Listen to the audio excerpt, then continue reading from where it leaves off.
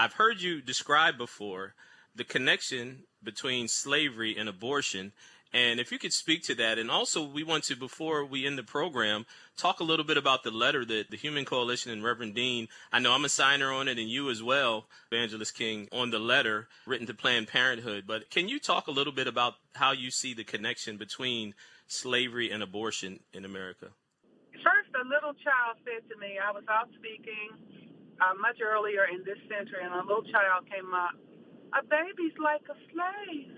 And I already knew how, but I said, "How, honey?" "Well, other people decided whether or not they were going to kill the slaves or not, and mommy and the doctor decide whether or not they're going to kill the baby, and the baby can't say anything about it." And that's from a little child, and the Word of God says a little child shall lead them. And that's why we say abortion is not health care. Abortion is a civil rights crime. It's a crime against humanity. And as to the letter, and I'm going to turn that right back over for Dean to give the more complete answer. However, I fully agree. It's okay for Planned Parenthood after all these years to admit that we were right and they were lying. Sorry to put it so harshly. Margaret Sanger has never been a hero. And I said, leave her statues up and leave her bust, the head of her statue and all that up, but say this woman is responsible for a movement that killed over 60 million American babies. So, Dean, could you talk a little bit more about the letter, please? Well, I want to say first a huge thank you to you, Alveda, and also to Pastor Joseph for signing on.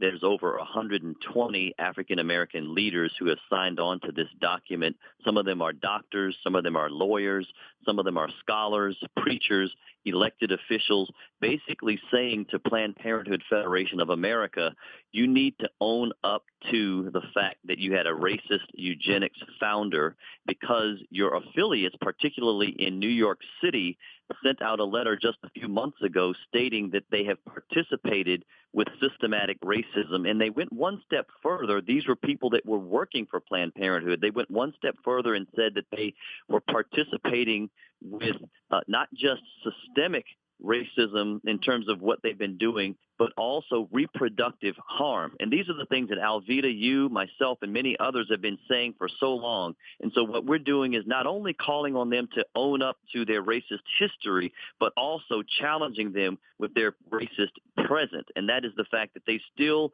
are building large 10,000 square foot abortion facilities in Black and Latino neighborhoods. And we believe that this is an opportunity for Black Americans, just as a few generations ago with your dad and your uncle stood for righteousness and justice, just as, 200 years ago plus Frederick Douglass stood for those principles of righteousness and justice, that if we see evil within our culture, we are duty bound to call it out and to stand up for those who can't speak for themselves. And so we're excited about the letter that has gone forward to send a message to Planned Parenthood that you can't continue to do the destruction that you have been doing for over 100 years because of the founding of your racist founder, Margaret Sanger.